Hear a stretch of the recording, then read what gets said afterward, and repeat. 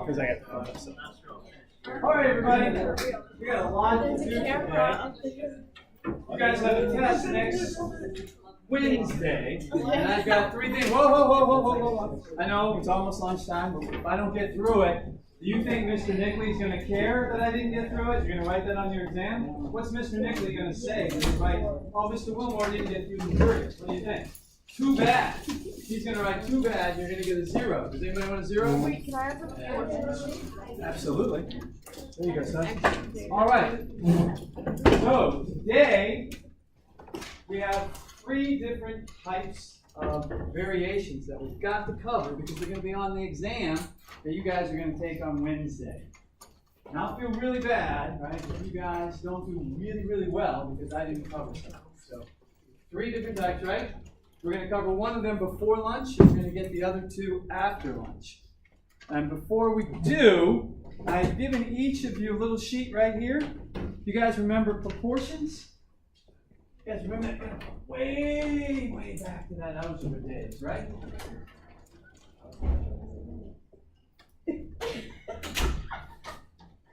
I was back practice here. Remember way back when in those Algebra 1 days, right? You remember this? Can you put that Algebra 1 hat on? You remember this? Oh, yeah, proportions. I thought I could forget about that, right? Right, Grace? You're like, oh, God, I forgot about that. No, we're going to use proportions to talk about variations. And the 3 types of variations that I'm going to go over today. But before we do, I kind of want you to get back into that Algebra 1 hat. And what I want you to do here is give me in your own words, there's no right or wrong answer, but what you think a proportion is. And then maybe what it does. And then just give me an example of a proportion. Well, that's why you're going to talk with your friends. Your friends know. It's important. Look to your left and your right. If you can't remember, it's been a long time, right? Since algebra, that was last May, right? For algebra 1. 2 months, right, Joe? Thank you.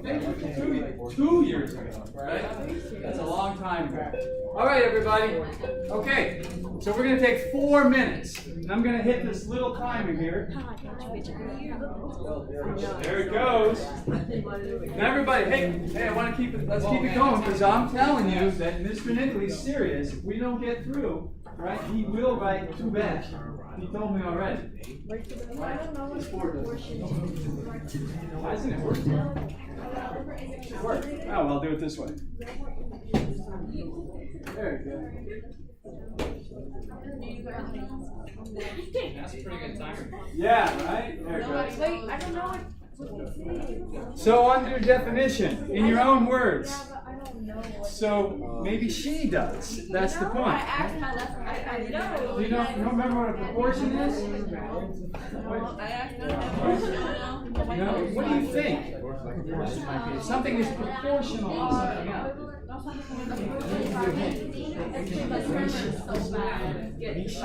Remember that? What was that?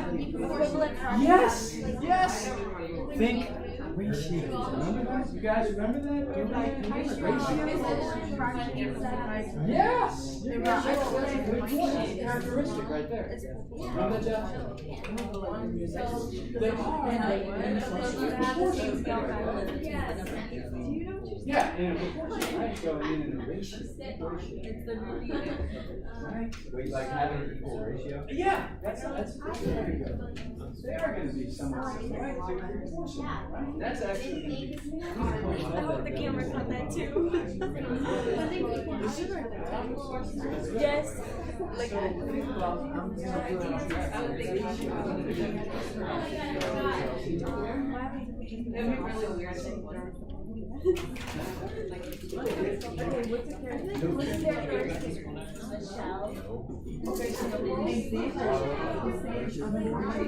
Yeah. No, not my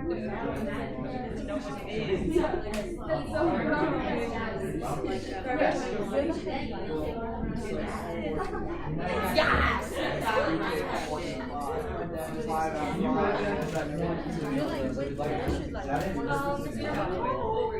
He is an old. Yes. Just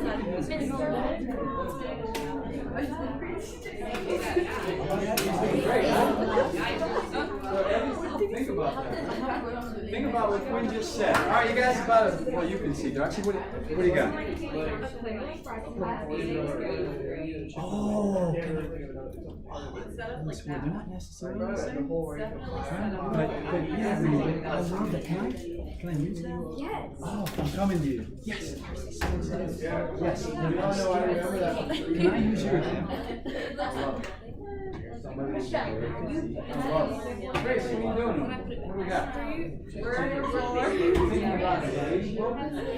Yeah, so think about what would be an example of relation?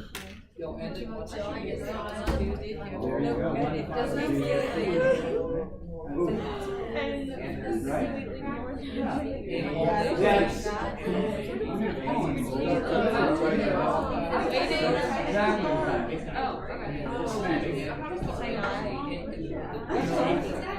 That's what I was going to use. Start with her. She thinks in yours. Yours is great. And what happened? Good work. I noticed. All right, guys. We have 46 seconds left. How are we doing, Evan? Yeah. You know I've been broken. Can you give me a deal with the chapters?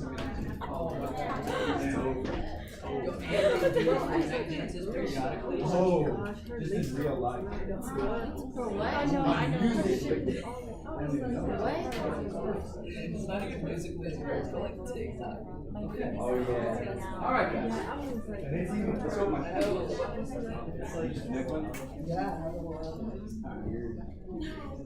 All the songs are really good. It's fun, right? I know what that one sounds terrible.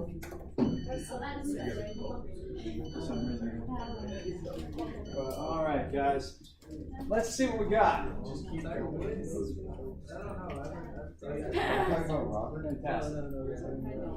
Okay. Let's see. Quinn.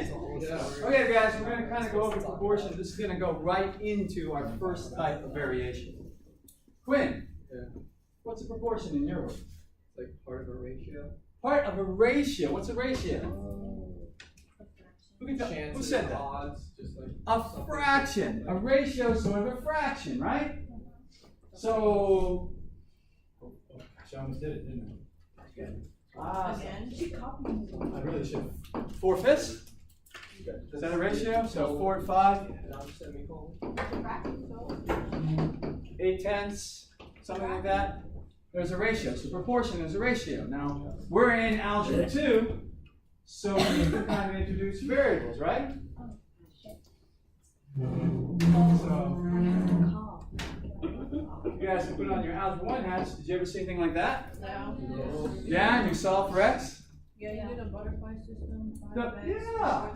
The butterfly system, right? 5x equals what? 40. So x divided by 5 equals 8, right? Yeah. So there you go. 8 to 10 is 4 to 5. That's the proportion. Now I love Darcy's definition. Can you read that for me, Darcy? Equivalent fractions that have the same scale factor. A scale factor. Now we're going to talk about a scale factor. We're going to call it something different. But a proportion, right, might have a scale factor. It might mean that the number of apples, right, might be proportional to the number of apple trees, right? And it might be that each tree may produce a scale factor, maybe 20 apples. So that if you had 5 trees, you might have 100 apples because you multiplied by that scale factor, right? Okay, now, who can kind of tell me, right over here, I love what you have over here. You have an example, right? What about the characteristics? Read what you wrote, it's perfect. I said typically like a fraction or a ratio. A fraction or a ratio, right? And I think I like some of the stuff. I'm gonna keep doing that. Similar to another object. Similar, I love that. Similar to another object. It's similar, like, right? Apples, apple trees, or something. And how do we compare those two? By your scale factor. So it's similar to another object. It is in the form, and the characteristic of it might be, it can be expressed as a fraction. You wrote 5/8, right? Yeah. Or down there. So it could be expressed like 5/8 or 4/5 is equal to x over 10. And then we would say that this is 4 to 5 is x to 10. I think somebody, did you have that in terms of the proportions in terms of A ratio, did you write it? I thought I saw it over here. Somebody wrote this, which I thought was awesome. Right? You might say Yeah. 4 to 5? I did. There, oh, sorry, I didn't even take it away from you, Lindsay. Look, it's 4 to 5 might be x to 10. Did you guys see this at all? Yeah. They're not right. I did So- level 1 and 3. yeah, 4 to 5 could be x to 10. We know that x would be 8 because we'd solve it like that. We'd say they're proportional. And so proportion is kind of a ratio, right, that it can use, right, to compare two different objects, maybe based on this scale factor that you guys talked about. And I think that's a perfect way to go into the first type of variance. Now remember, make sure we keep ourselves on scale here, on time. We have 3 different types of variations. Okay, so the first type, I'm going to put up here 3 types of variations. Who can tell me what a variation is? What is something varies? What does that mean? Quinn, you're on fire today. Say that so everybody can hear it. It differs, right? A variation. Is there maybe, I don't know, a synonym for differs? What's that? It's flexible. Is there another word, a really simple word? Begins with a C. Changes. Can I get a high five? I don't have my button today. I usually have an easy button, but it changes, right?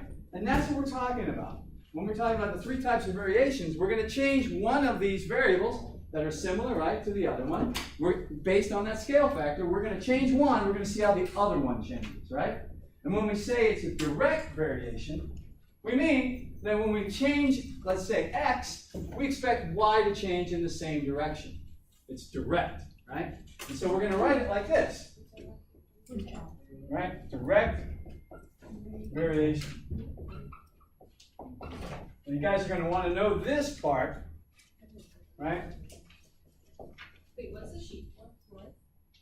Oh, the sheet was just kind of just to bring back the algebra, too. Yeah, the people, but it's just trying to get us into the right frame of mind, right? Proportion. Bring that back. It's been what? I was just reminded it was 2 years ago.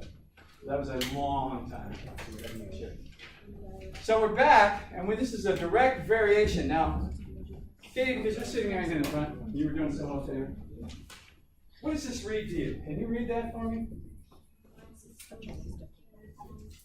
Y equals k times x. I'm just going to pick it. I'm sorry. Randomly picking Elizabeth. I just randomly picked you. Do you see? Is that what you see there? Yeah. Y equals k times x. I think that's probably pretty good. But I see, and maybe we want to make sure we think of it like this, because this is when we give the problems, and when the guy sitting over in the corner gives us a test, he's going to write it this way. I'm going to say that I look at this as y varies directly, pretty important word there, as x.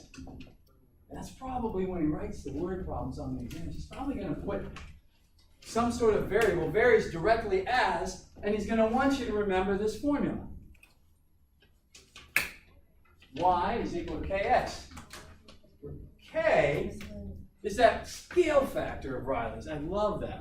You guys all work together, so now I'm like, you guys were a team there. That was awesome, right? So you got the scale factor. It's like that scale factor. We kind of call this one a constant, right, of variation, because it is that scale factor they talked about. It's that number I'm going to multiply by x to see how much y changes when x changes. Or, it's also known as, I'm sorry, I've run out of room, a proportionality constant. Right? Because, if you look, y is proportional to x. Everything we said, right? Y, in this case, y is proportional to x based on that scale factor of yours. Now I'm going to ask one more algebra question, and then we'll stay focused, I think, on the algebra 2 focus. You guys remember the equation of a line? By any chance? I'm going to have to randomly. Y equals mx plus b. Awesome. Y equals, and since we're on that then, what's that m? It's That's right? Here's my slope. What's this b? The y-intercept, right? So let's say we had a value here. What if I had a slope of 2? What does that say? Plus b, whatever b is going to be. Well, what is there a way they kind of explained it to you? The slope? They use 2 words, one over another. It's Run over rise. rise over run. Right? So this is equal to a rise over run. 2. So let's say that I had this point right here. Let's make this minus 4. 1, 2, 3, 4, 4 down. If I go up 1, I'm going to rise 2 based on that slope, right? 1, 2, 3, 4. I'm going to go up 2 over 1. I'm going to do it again. Up 2 over 1. That measures that slope, right? Here's my y, here's my x. The slope measures the rise in x based on that change or rise in y based on that change or run in x, right? Isn't that what that measures? Yeah. In this case, I have b equals minus 4, right? But what if I make that equal to 0? What does that equation become? Y equals 2x, or I'll keep it at y equals m. If b is equal to 0, my equation of that line is y equals mx. Where did I see something like that? I don't know. Where did I see y equals mx? Is there something on the board that kind of looks like that? Lionel says, wait, that's the exact same equation, Mr. Wilmore, that you just put up here, only you changed m for k. So that tells me, right, that this k is just like that m, like Darcy's scale factor, right? It represents a line. And if you think about the slope being that constant of variation, that's what we've got here. So when we change x, right, we multiply by that k or that m to find out what y is. Right? So if before we had m is 2, if x were 2, what would y be? 2 times 2? 4. Yeah, right? You multiply. So if it's, say, x is 3 and m is 2, y is 6. See that? And if I increase x, then y is going to increase. So that's the thing about direct variation. If x increases, y increases, right? Okay, go ahead. Yes. So technically, y equals kx is also the same as y. That's right. If the y-intercept were 0, they're exactly the same. Okay. So Right? This is a linear relationship. When x goes up, y goes up. And that means, so when x changes in a positive way, y changes in a positive way. If x goes down, y goes down, right? All right, we're going to do a problem together. So we're going to go through it, make sure we've got everything. Because, there we go, we want to make sure we get it. So, if y is like, so let's say, like, let's say like you had where you have y equals mx. Yeah. Let's say like the y is 2 and y and Yeah. like would it still be like? Well, then if the y is 2 and the m is 3, the x, right, would be 2/3, right? Because I would take y divided by x. Okay, let's do, it'll come out when we do the wash, when we do the problem here. All right, let's do a simple, the first problem. Let's suppose that y varies directly as x. This is the kind of word problem that you'll see.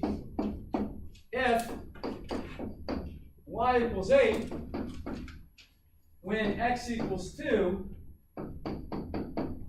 find y when x equals 7. Find y. Sorry about my handwriting.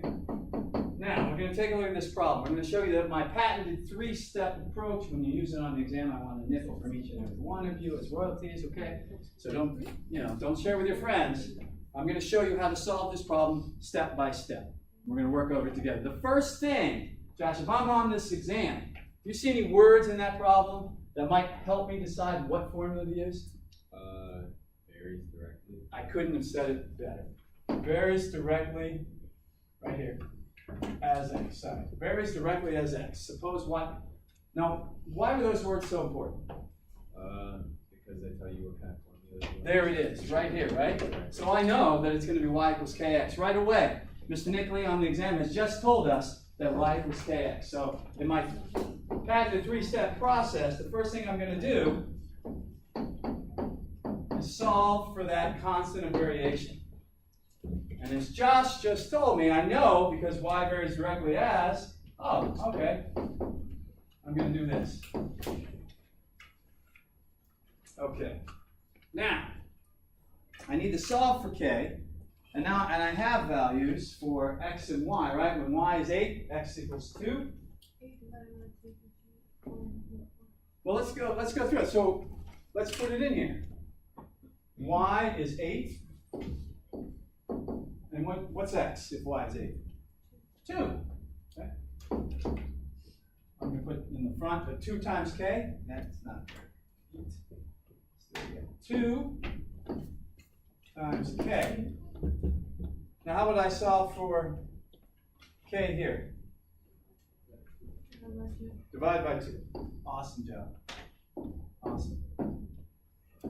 So I have 4 equals k. That was step 1. Step 2 of my patented method is now I can write my equation for y. Josh told me that, well, the general form of that equation is this, right? But now I have k right here is equal to 4, right? Yeah. So this equation is y equals 4x. If I plug k in. And I'm super happy about that result. You know why? What do you think? Why would I be happy that it happened? So y equals 4x. I couldn't have said that.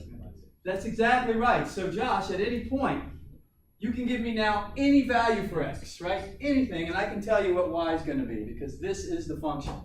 That's the most important step, even though it's not the final answer, right? Because the question didn't ask for that. The question asked what's y, right? When x is equal to 7.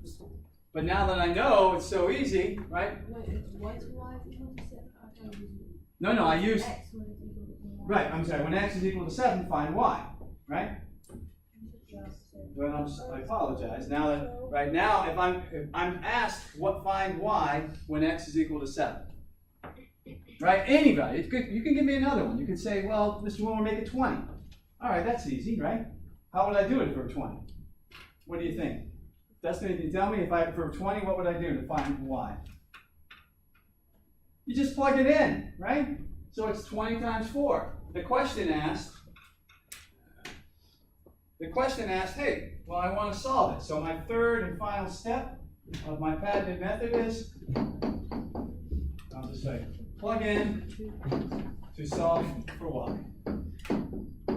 And since I'm so happy about the equation I have, Y equals 28. you got it. I heard the answer. 4 times 7, 28. That was pretty straightforward, right? What about it, Josh, right? And you did most of the work. You looked at the problem, said it very directly as, and therefore I know this is my equation. That was really the hard part. Once I had that, I solved for k, I plug it back in, and I can solve for any value you can think of for x. Now I'm going to give you guys a problem on your own. A little bit more interesting, I think. Let's see. And we're going to use, don't forget, our patented 3-step approach. Quinn says it's easy, right? Oh, no, yeah, all right, we're going to go over to this. Is easy stuff, right? This is easy. All right, well, how about this problem? Suppose. Now, Mr. Nickley doesn't know this, but in the example he gave you the other one, he talked about when he worked at a restaurant. I used to work at a restaurant, and Quinn, you can do worse, right? You can make a lot of money, you get a lot of friends in a restaurant. Yeah, you get a lot of money. You do, except I didn't get a lot of money, but I met a lot of people. I used to work at Chadwick's in Old Town. Does anybody know where Chadwick's is still? I don't know if it's still there. I haven't been there in years. I used to be a host there, and I worked there for a year. When they had big parties, that's when I made my money. You know, one of your students is a host here too. Really? Yeah, her name is Darcy. Darcy, you're a host, right? There's a talent at trying to seat people, am I right? Because sometimes the waiter's like, wait, you gave me 2 families in a row, and they come and yell at you, don't they? Yeah. Yeah, it happened to me all the time. So if you were mad, don't yell at your host if you're a waiter or waitress, because I will give you every family that comes through the door, right? And I used to do that. So I used to work at Chadwick's, and I used to notice that the amount of food, right, that I would see in the kitchen was proportional to something. What do you think it was proportional to?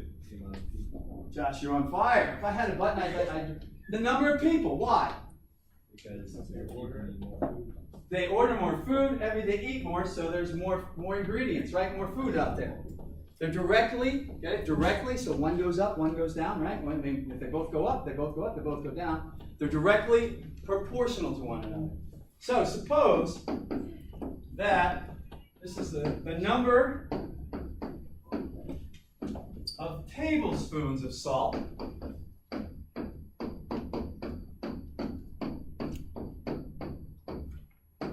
okay, Josh, I'm going to use your phrase, okay?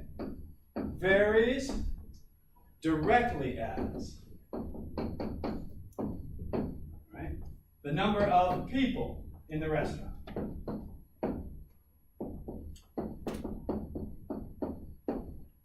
In the restaurant.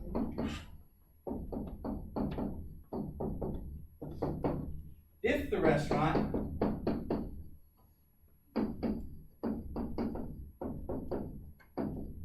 uses 20 tablespoons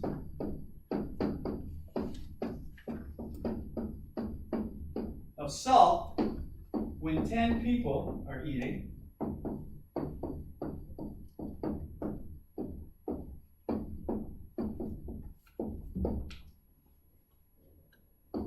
how much salt will they use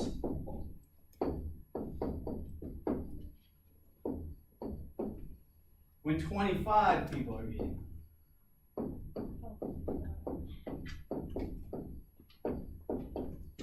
Give me a second. Now Josh and I are going to kind of go over part of step 1 together, and I want you to get the problem. Suppose that the number of tablespoons of salt varies directly as the number of people eating in the restaurant. The more people eat, people like salt, right? You like salt? Well, some people do, right? Makes the food taste pretty good. So they need more salt. More people, they need more salt. And they know that when 10 people are there, they need 20 tablespoons of salt. They want to know, the manager does, is coming to you and saying, well, how much will I need if 25 people are in my restaurant? How many tablespoons of salt? Do we have enough salt? And that's the problem. Okay? Let me extend the page a little. I'm going to start you off, and then we'll put our little... Okay? It doesn't matter which one goes Yeah. to the Y and X axis, right? Ah. As long as you You're right. So step 1 is what? Solve for K. Now to do that, I look at the problem. When Josh tells me what are the 3 words that are really important? Salt. No. Variable. Varies directly as. Why is that important? Because that tells you what kind of formula you're There it is. It tells me that I'm direct variation. I'm using a problem that involves, I should underline this, direct variation. Okay, so I know that y equals k times x. But I don't see a y in this problem. Do you, Riley? You guys see? Grace, you see anything? You guys see? Gazelle, do you see anything up there that says y or x? You guys see a y or x there? What do you see? Tablespoon thing? And people. Well, what do I want to know? I want to know how many people are eating, right? I want to know how many tablespoons of salt when 25 people are eating. Could I use another variable other than x and y to make it a little easier? What do you think, Sasha? If you were going to use y for a number of salt, right? Because this is salt, and this is people. That's kind of hard to remember. X. Could you come up with another variable for salt? What do you think? If you were writing this, a letter maybe? Oh, X. Well, you go S. Yeah, I'd say S. Salt. You could use T too for tablespoons. Equals, and there's my proportionality constant or constant of variation. But X. X was number of people eating. What do you think? Yeah. Right. So what letter would you use to represent people?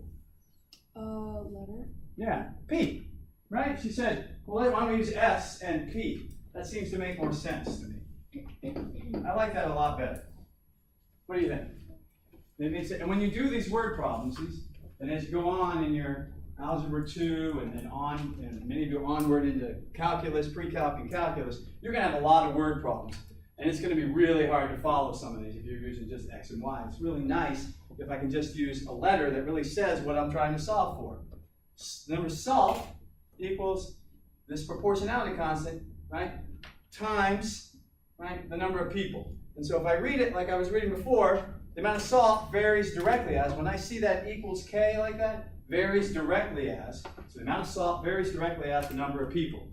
Now, let's try to solve, I want you guys to solve for S, given that P, right, is going to be 25, when I know that when I had 10P, right, P, I used 20. And I'm going to put my little timer on. Yes, Jeff? I have the answer. I'm going to come to you, all right? Give everybody else a chance, though, too. You're amazing. That wasn't hard at all. He's having an awesome day. Hold on. But you know what? Here we go. You guys 3 minutes to do it. There we go.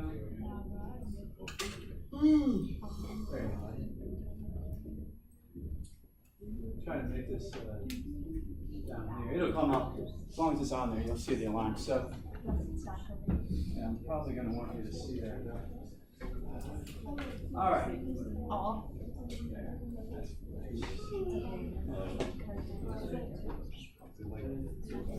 Why is it doing that? Okay, everybody have that?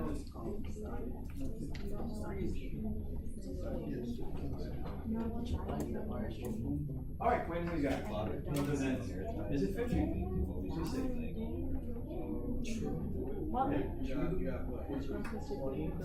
Right. I love the way you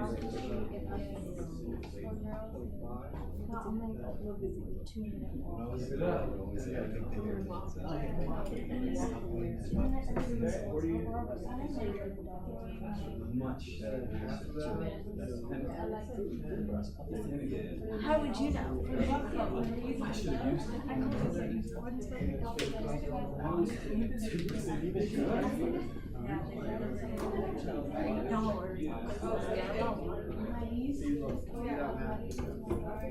I can't even, how do you understand? Your mind works in mysterious ways. You might want to write it out on the exam, though, right? So maybe we should practice writing it out. Yes, ma'am. No, I'm just, Sasha and I suggested that X and Y were hard to follow. I can't remember what X, so if I go back up, like I'm on the test, I'm like, well, what was X? I don't remember what X was. Oh, wait, X was salt. Whereas if I write it that way right here, from then on out, I know that salt is number equals, it just varies directly as the number of people. I have no idea what I just think. Don't worry. 20 equals K10.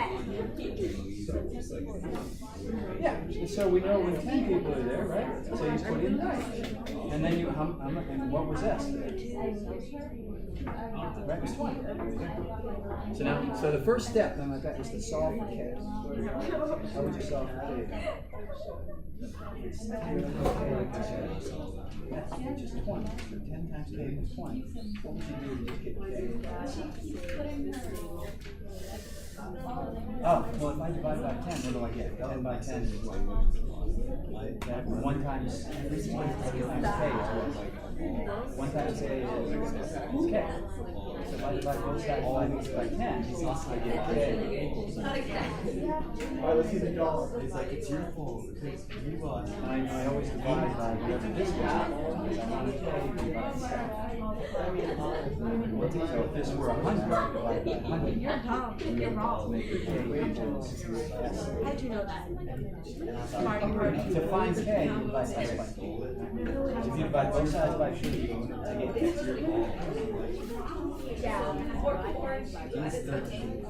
No, I'm dividing, so here, let me show you. So, if this S equals KP, if I want K, I divide both sides by 2. If I want K, this equals 1. Right? No, I didn't say S over P. I said P over there. Right? S over P, I have to plug in. And the U said S was 20, and P was 20. There we go. Do you have it? You know what it is? Probably did it in his head, right? No? You guys did right here. I'm gonna come to that. All right, guys. We'll go over. Can you come back?